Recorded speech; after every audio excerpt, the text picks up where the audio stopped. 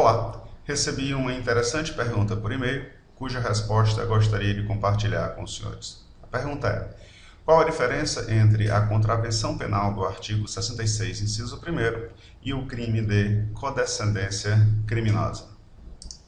A contravenção penal tem a seguinte redação: deixar de comunicar à autoridade competente crime de ação pública de que teve conhecimento no exercício da função pública, desde que a ação penal não dependa de representação.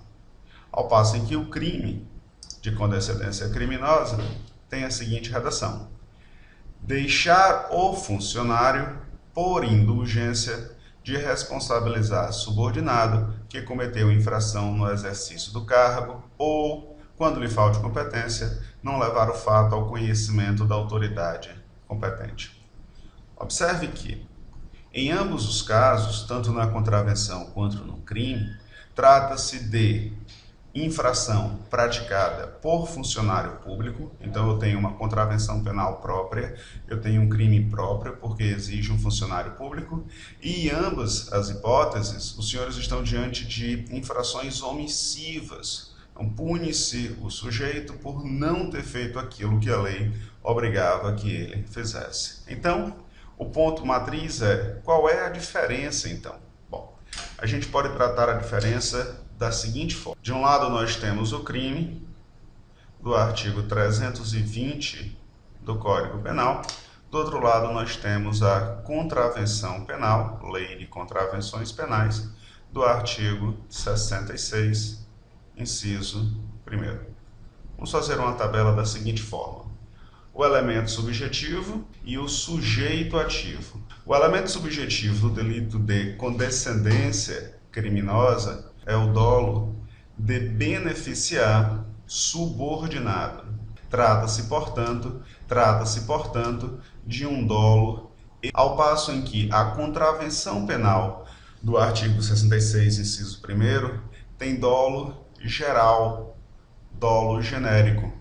A lei não estipula qual a finalidade específica dessa não comunicação de crime. Mas não é só. No delito de condescendência criminosa, o sujeito ativo deve ser superior, seja esse superior competente ou incompetente, ao passo em que na contravenção penal, o funcionário público em questão é qualquer funcionário público em geral, desde que ele não seja superior. Se a gente pudesse esquematizar isso, eu faria algo mais ou menos assim. Supunha uma estrutura hierárquica, onde você tem um chefão, aí abaixo dele você tem um diretor e você tem outro diretor subordinado a ele. E abaixo desse outro diretor você tem um gerente e outro gerente. Todos funcionários públicos. Pois bem, os senhores vão de concordar comigo que tanto esse rapaz aqui sublinhado como esse outro rapaz são superiores hierarquicamente aos jovens aqui embaixo. Só que um deles é superior competente, capaz de punir os seus subordinados, e o outro, embora superior, é superior incompetente. Supunha, por exercício de raciocínio, que esse superior, tomando conhecimento que praticaram determinada infração, nada tenha feito para puni-los. Esse superior competente estará praticando o crime de condescendência criminosa. Por outro lado, supunha que esse outro superior incompetente tenha tomado conhecimento que os subordinados praticaram infração, que os inferiores hierárquicos praticaram infração, e não tenha comunicado ao seu colega, dizendo: olha, os teus subordinados cometeram infração, faça algo para puni-los. Então ele tenha se omitido nessa comunicação.